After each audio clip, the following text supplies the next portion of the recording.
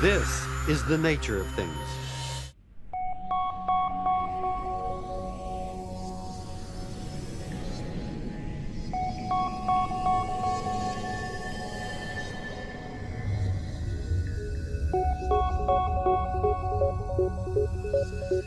Commander Chris Hadfield has a great view, so he's sharing it.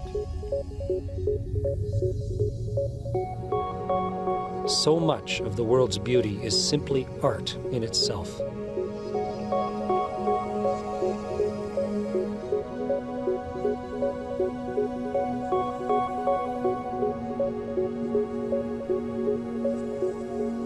Hadfield is sending photos and messages from space to Earth in real time. He's chatting on Twitter.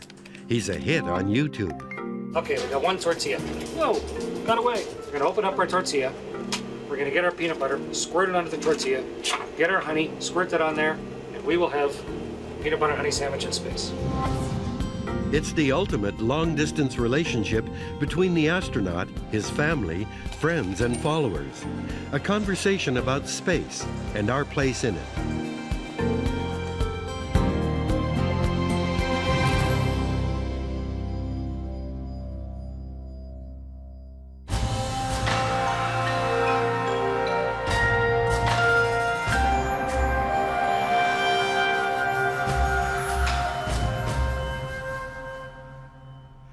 Chris Hadfield just can't stop tweeting and sharing photos as he hurtles around the planet at 28,000 kilometers per hour.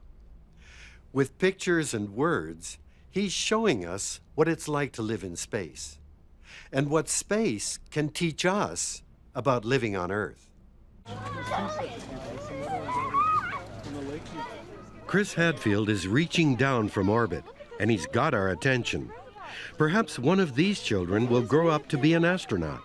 After all, Hadfield was hooked by that idea when he was just 9 years old and he saw Neil Armstrong land on the moon. Now, at the age of 53, Hadfield is a veteran of spaceflight. He's capping this career as the first Canadian commander of the International Space Station. There it is. Can you see it? There it goes. There it goes. Cool. I think maybe the coolest thing I've ever seen in space is sunrise. When the sun comes up, Sundas, it is beautiful. We come around the world and we sort of drive into the sunshine and the whole horizon suddenly glows beautiful orange and every color in the rainbow.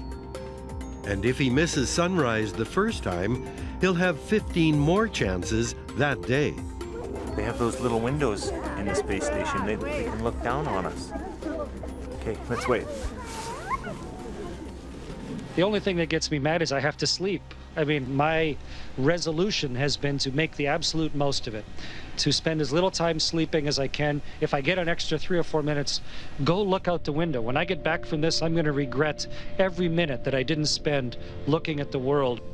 From space to Earth, Hadfield is allowing millions to share his journey. It all feels so personal. Getting ready to exercise, doing up my shoes while floating. As if each of us is having a private conversation with this astronaut. The early dawn light turns these outback rock folds into petroglyphs, as if there's a message there to decode. Unlike many celebrities, Hadfield isn't using social media simply to promote himself. He's showcasing space and science. And you guys have a go for step 7, decimal 10. Of course, there's a massive team behind Hadfield, the official space agencies in Canada and the US. And then there is a much smaller operation. One man, in fact, and this man calls Chris Hadfield Dad. Every time he responds to somebody, their next tweet is, "Oh my God, I got a message back from space." Tucked away in a nondescript neighborhood outside Frankfurt, Germany, is the most unlikely of mission control rooms for Team Hadfield. Evan Hadfield is the point person on Earth for his father's social media activities. It's kind of like we're hosting a benefit concert. And we say, please come out and watch us play. We'll be playing regardless of how many people come, and then 500,000 people come. Evan was at a family dinner 2 years ago when the idea was hatched. The mission was coming up, and Chris Hadfield's kids had the expertise to connect their dad with their generation. My brother suggested that he get on Twitter, and then I set it up for him. I taught him how to use it, and I still continuously teach him a little bit day to day. I've enlisted the aid of someone who's of the right generation to try and give me advice on how to use social media, in addition to all the other wonderful work that's being done. And my son Evan has been helping me with that and doing a terrific job. So his first tweets were detailed, serious explanations of the engineering side of what's going on behind the scenes for preparing for spaceflight, which, if you look at what he posts now, he's clearly come a long way in terms of giving people what they want to see. It wasn't long before Hadfield's messages, along with his spectacular photographs, took on a life of their own.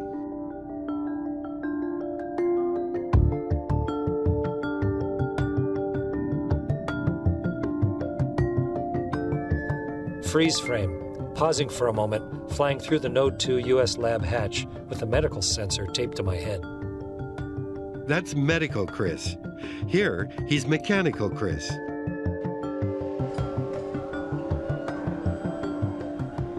Wiring up the condensate transfer pump. Without gravity, cables and hoses are like live snakes. Finally, there is Renaissance man Chris, with poetic musings to match his view of the world. Arid fingers of sand-blasted rock look like they're barely holding on against the hot Saharan wind. His online strategy changes every day, and that's the whole reason we're quite successful. When 3,000 people follow us from southern New Zealand, we're noticing that and ready to take control of that. So you can see here on Twitter we have a new picture of Sydney. We began tweeting pictures of various hometowns, and as that happened, people who were in those cities began talking about them on Twitter and other social networks. The newspapers in those cities began broadcasting his information, as well as the television stations, and it just began to grow and grow. Vancouver, on a sunny day, can clearly see the ferry terminal, airport, and many boats in the inlet. But it isn't just his words and photos. Hadfield's cheery persona is also a hit. He collaborated with the Bare Naked Ladies' Ed Robertson on a song.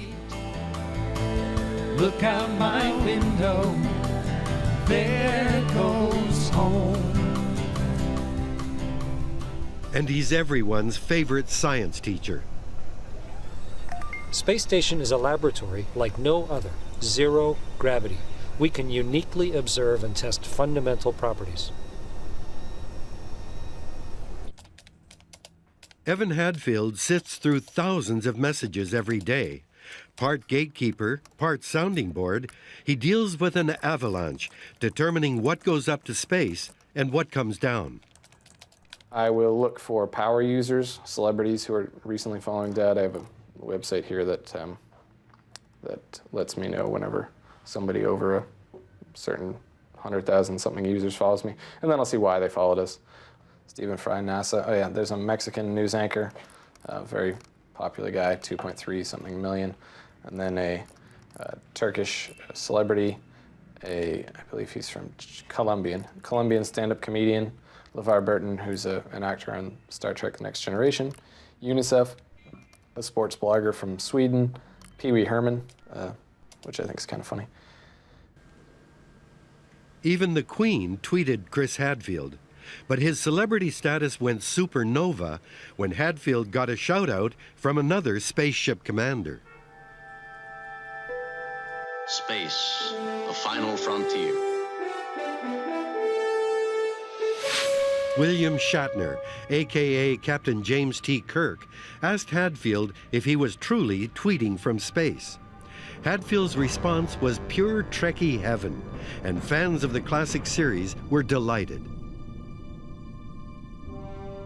Hadfield, who is very astute at recognizing what his audience is, tweeted back to Shatner and said, "Yes, I'm in standard orbit, and I see signs of life on the surface." Dad responded to him with a joke, because Dad likes making jokes, and Dad is a huge Star Trek fan, so he made a Star Trek joke.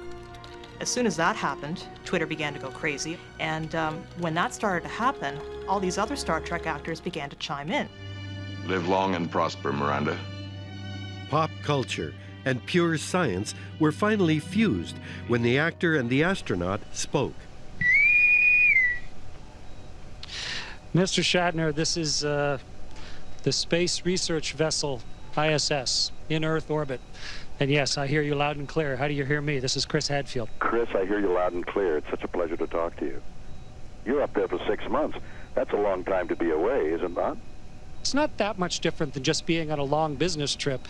And training as an International Space Station astronaut takes you all around the world for years. I think it was fantastic. It was the spark that ignited the fire that is currently burning.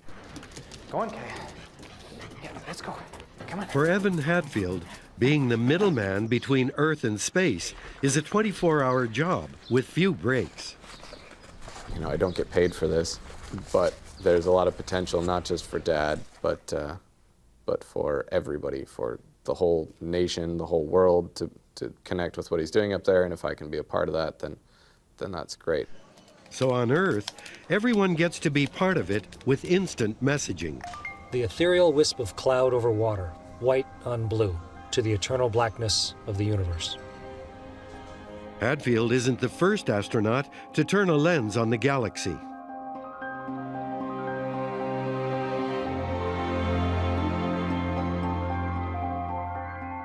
Astronaut Don Pettit always had a camera on his 2 missions to the space station. He took hundreds of thousands of these astonishing photos. What I try to do with my photography is to both record technical aspect of the environment and make it interesting so the general public will want to see it. Pettit took a series of 30-second exposures to produce these impressionistic images. By digitally layering the photos, it looks as if the stars and Earth are leaving trails of light. So people are looking at them. If they're looking at pictures from space, they're starting to think about space. And in this way, you get to share the experience with people that don't get an opportunity to leave the planet. I looked around and I thought, this is like entering a Salvador Dali painting. It's really surreal. Robert Thirsk was the first Canadian astronaut to live on board the space station. He also got to peer out its windows and appreciate Earth's beauty.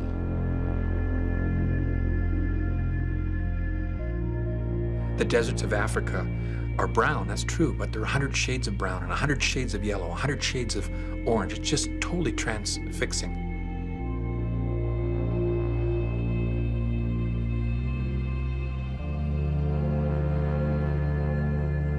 But he also saw troubling images. Then you start getting disappointed, because then you start seeing the impact of human activity on the planet. So ships that are emptying their bilge out in the ocean and contaminating the ocean, clear-cut forestry, and you get this idea of spaceship Earth. There's no cargo vehicle that's coming up to take away our wastes or to replenish our oxygen or our water. Hadfield can see whatever lies below because of this, a recently added observatory with a 360-degree view. The cupola of the space station. Pretty amazing place where we can look outside, facing down at the Earth.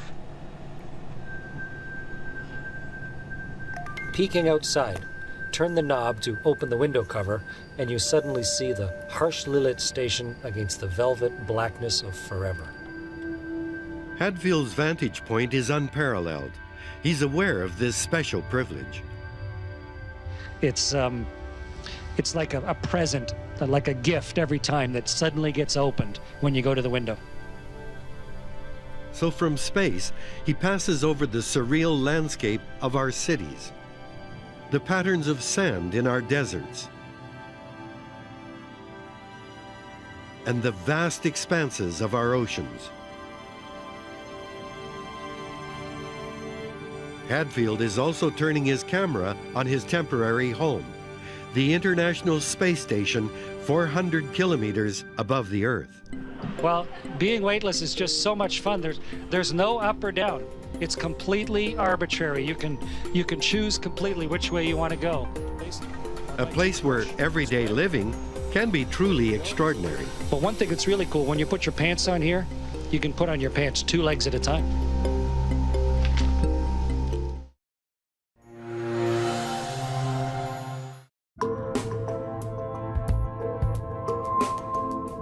The International Space Station is the size of 5 hockey rinks, a giant floating laboratory circling the globe once every 90 minutes. The station has been moving non-stop for 15 years. 104 astronauts have lived aboard it, making it a very elite club.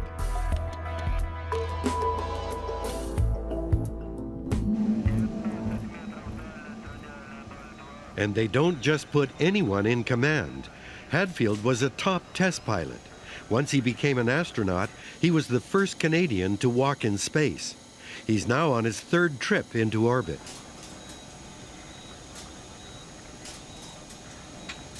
I visited space twice before, but this time to live here, the richness of it, the time to absorb it and wonder about it and internalize it and think of it is magnificent.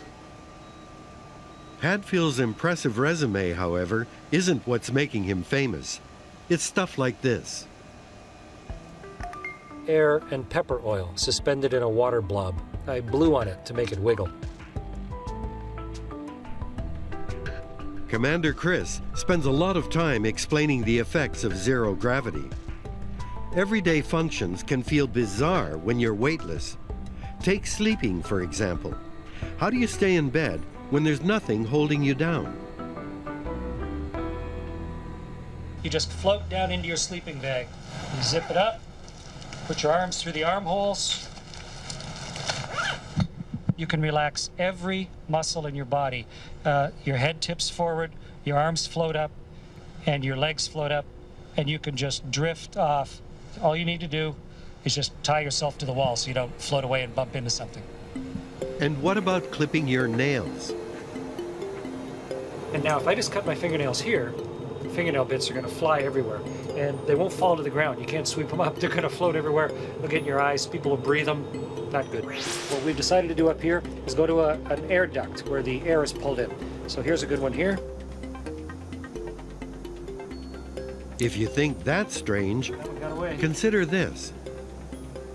Just as if I started crying, my eye is full of tears. Tears don't fall. But you can see it just forms a ball on my eye. In fact, I can put more water in. And so if you keep crying, you just end up with a bigger and bigger ball of water. You grab a towel and dry it up. Hadfield knows people have lots of questions about life in space. So I put on my silver shield glove. From learning about how chemical spills are cleaned up, special soak-up mitts that we could put on top of a nasty spill, a smoked salmon pate, some Canadian to what chocolate. Astronauts eat. Look at this, a tube of maple syrup, which is a real treat up here. With as many as 5 nationalities aboard the station at any time, the menu can get complicated. But whether it's brisket or borscht, there's one rule in the space kitchen: don't get fancy. Preparing food is complicated. You know, often when you're preparing food, you add a little salt, little pepper, some spices, put a little cheese, fry this up, throw it, cut up, grate up things, peel things. All of that creates waste and stuff floating all over the place. To prove this point, and to get a few laughs, Hadfield popped the top off a zero-gravity snack. 30 seconds of this video was enough for it to go viral, with more than 4 million hits.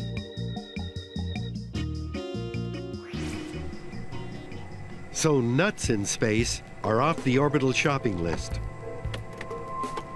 The same goes for any foods that leave crumbs. As for the rest, by the time they've been dehydrated, thermostabilized, vacuum packed, and shrunk to fit the space station kitchen, basic staples look very different. Tiny, perfect, weightless loaf of Russian black bread. Shelf life measured in years. Good for spaceflight. Hadfield may play with his food for the enjoyment of his fans. But like all astronauts, he takes health and nutrition very seriously. That's because the human body undergoes profound and surprising changes in low Earth orbit. Your body has a lot of changes when you take away gravity. Gravity doesn't push your blood down to your feet anymore. So your whole fluid shifts. It's like standing on your head. So you get a big headache and everything moves up to your head. You get a big swollen head. But also your body decides, I don't need a strong skeleton anymore. And so you start to lose your skeleton. We're receiving a video from the landing site. Astronaut Robert Thirsk felt the effects of his time in space months after he returned. That's Bob Thirsk from the Canadian Space Agency. My muscle mass and my muscle strength probably took about 6 weeks to get back to normal, such that I felt like I could go into the office and put in an 8-hour workday without feeling fatigued. Feeling the first effects of gravity after 188 days of weightlessness. The rule of thumb is that for every month spent in space, it'll take you about 2 months to recover the calcium that you've lost from your bones. For astronauts aboard the space station, all that missing bone mass usually ends up in one place. Your body is a bit lazy. You think, hey, maybe I don't need all these bones. Just gonna get rid of this. And you start to pee your bone out. They dissolve and you pee them out. You pee the calcium. To keep their skeletal strength, astronauts must work out 2 hours a day and take supplements. But what happens if an astronaut gets seriously ill? Doctors can't make house calls to the space station. On this flight, Hadfield's team is testing an instant laboratory. No bigger than a toaster, it analyzes blood, urine, and saliva and spits out the data. Then the results are transmitted to Earth. The mini lab is called microflow. Instead of going to the laboratory to be able to do your sample analysis, you bring the laboratory to the sample and press start. Dr. Ozzy Mermet is part of the team based in Quebec City that developed microflow. So this is what it looks like on the inside. Each one of these are cartridges that contain different samples. Okay, and just by plunging one of these chambers, I can inject a sample right through the system. This device uses fiber optics to look for everything from high cholesterol to cancer. You need to be able to do these diagnostics, whether it's for cardiovascular disease, for assessing your immune status, or looking at variations in hormones and enzymes. In a very rapid fashion, you're able to collect all sorts of information. No lab expertise is required. All Chris has to do when he gets there is upload the data. After taking it for a test run aboard the space station, Chris Hadfield gave microflow his stamp of approval. Microflow has taken this challenge and necessity of keeping people healthy out here, and as a result have come up with a way of doing blood analysis in something that you can see is the size of a bread box or a big loaf of bread. When you challenge people with a new extreme, with a new frontier and a new environment, they come up with new solutions. Solutions that may be helpful on Earth as well. This lab in a box has the potential to serve medical patients in remote regions.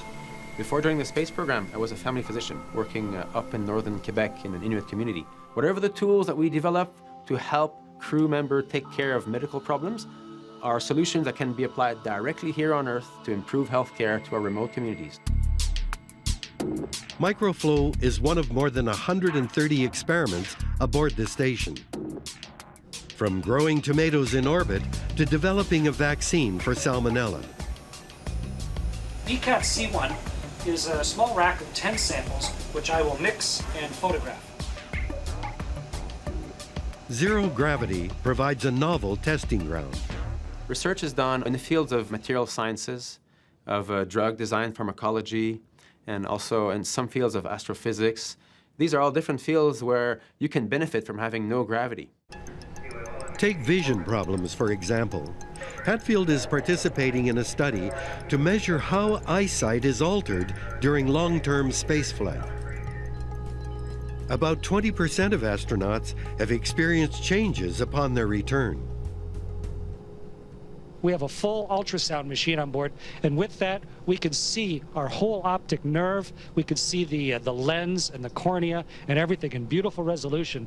But with all of these things, we're trying to figure out how the human body works and what controls vision and how it changes when you take away something as simple as gravity.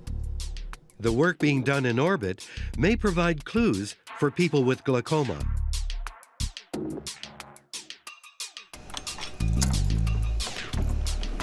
Research is the biggest part of an astronaut's job aboard the station. Universities, government agencies, and private industry all have a stake. A lot is riding on the crew, carrying out the procedures correctly. The careers of the scientists who sponsor those experiments is on the line.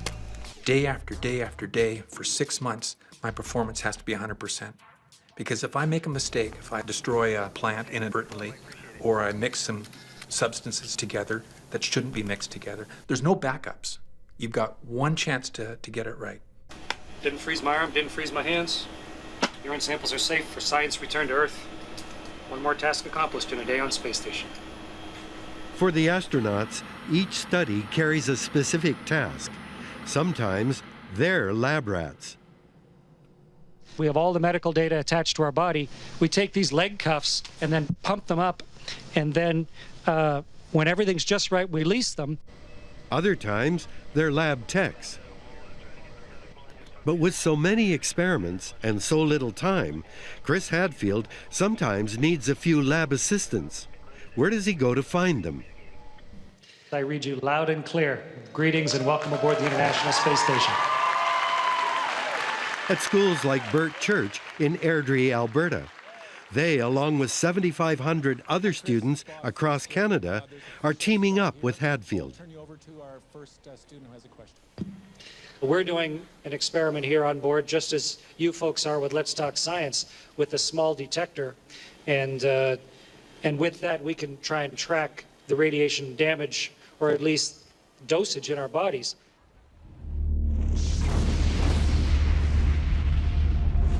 The cosmic radiation comes from the sun and other stars. Here on Earth, the atmosphere gives us some protection. But what about in space? How much more radiation exposure do astronauts receive?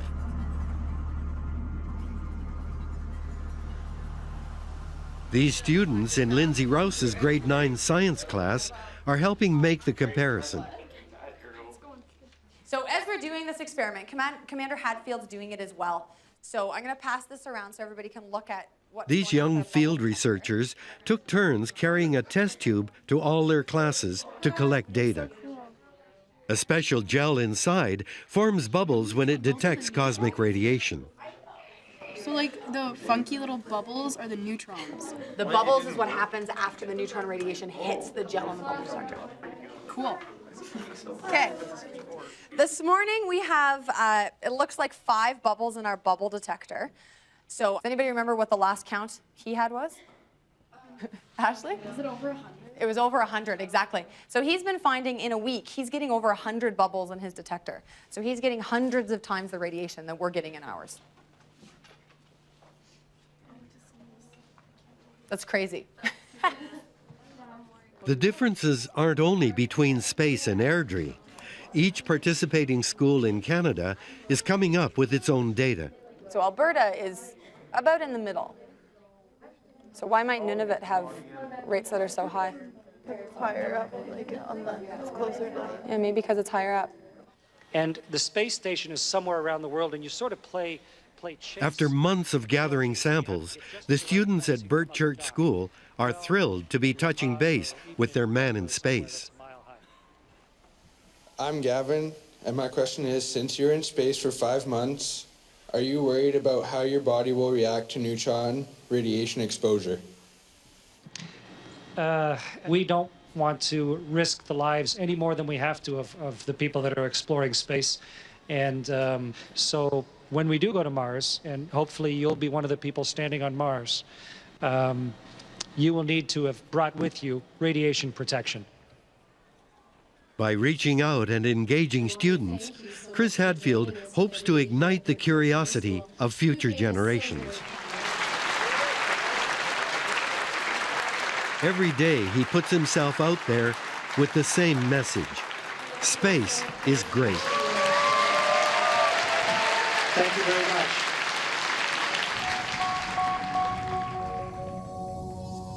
But while he makes us believe that space can be more accessible, there is still a lot about the universe that we've only begun to explore. And danger can strike at any moment.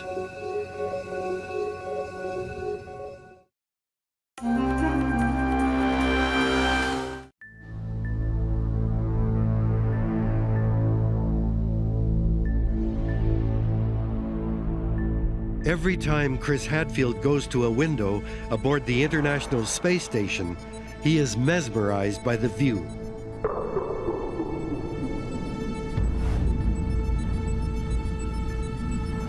The sky is almost white with the light of the universe, with the uncountable number of stars. You can see the whole dark sections where there's dark matter or dust or whatever it is that's between us and the rest of the universe. You can see the gradations of it, like looking into the deepest ocean. It's easy to forget that Hadfield and his crew are living in a dangerous neighborhood. Temperatures in space are extreme. It can be 121 degrees Celsius or minus 157. All that protects them is a few layers of metal.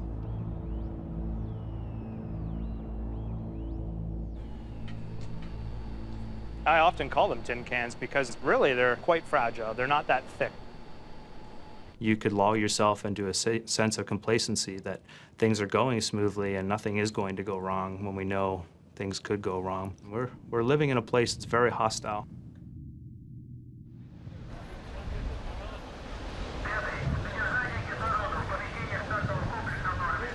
Hadfield and his fellow astronauts are well aware that danger comes with the territory. 18 have died in space, 11 in training. You have risks associated with the launch phase and the entry phase of space flight. These are highly dynamic phases, lots of energy being exchanged. And anytime you exchange a lot of energy, you can set yourself up for catastrophe. Liftoff. Tom Marshford, Roman Romanenko, and Chris Hadfield making their way towards the International Space Station. These risks haunt Evan Hadfield. Whenever his father blasts off in a rocket containing about 100 tons of liquid nitrogen, Evan is scared. Strapped on boosters and single core engine. First stage. When you watch a space launch, it's visceral. You get, your body shakes. It's basically a controlled explosion. You put a family member on top of a bomb and hope that it launches in the direction that the people who control that bomb hope it will. Module, we're moments away from the initiation of the fly-around that will precisely... Just watching it happen, all you can think is, God, I hope this doesn't go wrong. Target is aligned with crosshairs, everything is normal. Evan's dad knows the risks, but doesn't show it.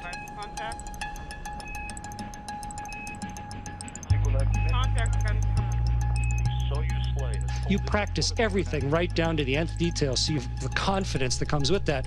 Then the fear diminishes. It feels like you're on the crest of a wave of ability, and that really diminishes fear. Yet even Chris Hadfield knows that there are things beyond his control.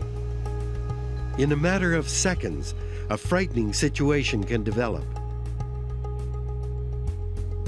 I watched a meteorite burn up in the atmosphere, and that was kind of a spooky feeling because that meteorite could have hit us and not just been caught by the Earth's gravity into the atmosphere. Just look what happens when something from space slams into Earth. Asteroid impact, the Manicouagan crater in Quebec. An old scar, but a big one, and 100 kilometers across. Up there, even a small meteorite can spell disaster for the space station.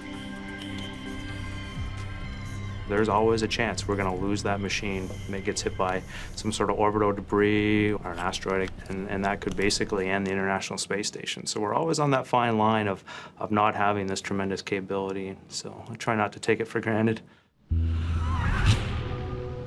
There's 20,000 objects in near Earth orbit that are size of a grapefruit or larger. These are spent rocket stages or old satellites or screwdrivers that have been lost by astronauts who have been on spacewalks. They've got 4 of these latches on the TSA. In space, anytime you leave the protection of the station, you're taking a risk. Yet sometimes it's necessary to make repairs. I'm going to put the 2 connectors. Let me know if you can see them both. So I'm going to get a tether ready, and then I'm going to pull that up. Sounds good, Chris. Once, when Chris Hadfield was working outside, something irritated his eyes and they started to tear up. On Earth, you'd grab a tissue, but out there, because tears don't fall, a big problem.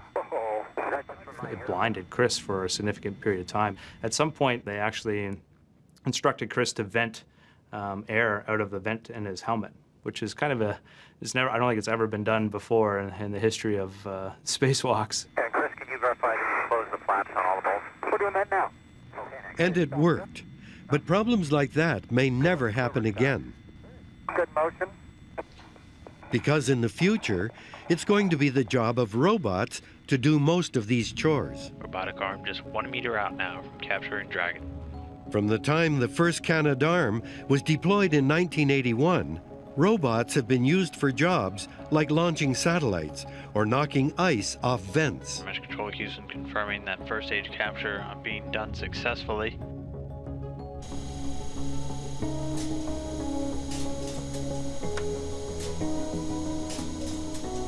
And it won't be long before they become the newest crew members aboard the space station. Robonaut is a torso that will eventually help the crew members not only inside of the space station, but hopefully outside of the space station, and go on EVAs or extravehicular activities, so that the crew members can stay inside the station where the environment is more protected. So with robots doing the heavy lifting, what will the challenges be for future astronauts?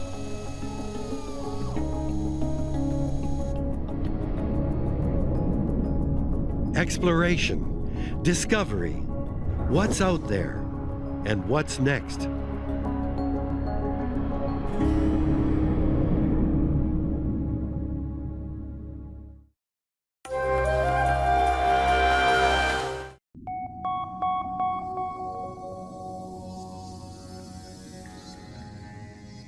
From the time the space station first went into orbit 15 years ago, it's been fodder for vigorous debate. How do you measure the worth of a place most people won't visit? Chris Hadfield has become the consummate salesman. Through his folksy chats and amazing photos, he has given the space program a giant shot in the arm. Hadfield has done something that no one has ever done before in space, which is bring attention to the mission continually through his or her own efforts. It's not cheap to run the space station. At a cost of $100 billion since the program started, it has its critics. There are some that aren't really sure if they're actually providing the return that they're going to be promising. And the truth is, none of us are going to know for sure until the station program begins running for quite a few years, until it begins to finish. Then we can look back and say this was the legacy of the station. But if observers are looking for evidence of the space station's value, how about this? Some tantalizing glimpses into the nature of our universe. We're also collecting energy from the universe, trying to find out what the universe is made of. We're collecting dark matter and trying to understand antimatter. And there's a big magnet on the top of the space station. Collect that. It's called the Alpha Magnetic Spectrometer, or AMS. 18 years in the making, it's a particle detector looking for evidence of dark matter, a mysterious cosmic substance which has long eluded scientists. The theory goes that without dark matter, visible galaxies would fly apart as they rotate. Think of it like galaxy glue. The spectrometer has been collecting particles that are only detectable in space. 56 institutes and 16 countries are involved in this project. On April 3rd, there was news, big news. Hints of dark matter may have been discovered. A breakthrough Hadfield couldn't wait to tell his legion of followers. We think maybe we're starting to understand the basics of what the universe is made of, and we can prove that, we can figure that out because of the International Space Station. So that may prove to be the most important experiment on board. This might seem a bit overblown to skeptics, but true believers take the long view. So looking at dark matter in space, which may not have any short-term benefit to humanity on the planet, it's more of an altruistic or a pure theory and knowledge gathering. And it's encouraging the next generation of astronauts who have been watching and admiring the work of Chris Hadfield. They know that when he leaves, there will be big socks to fill. And I think one thing that I noticed about Chris is how he wants his experience of spaceflight to be inclusive to as many people as possible, not exclusive to this little elite. He wants to share it as much as possible. Hadfield's pictures of Earth have left a profound impression on Jeremy Hansen. For me, the planet is clearly, when I look at it, it's clearly a spaceship supporting the life of all these people on it. And we have to take care of our spaceship.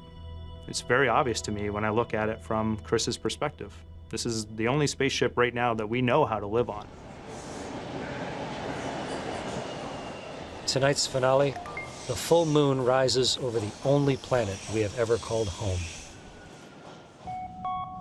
For the man who tweeted Earth, this will likely be his last trip into orbit. Chris Hadfield has invited millions of people to join the conversation and imagine life in space. Yet his photos are a reminder to treasure the beauty of the planet we all live on. If you give wind and sand enough time together, they create art.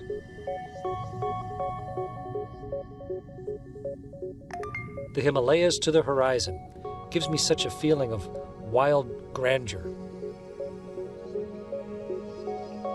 My fundamental goal is to get people, as best as I can, to be able to see the world that way, to see it as one small place, one bubble of air that keeps us all alive, that we're responsible for, and just how close we are to each other.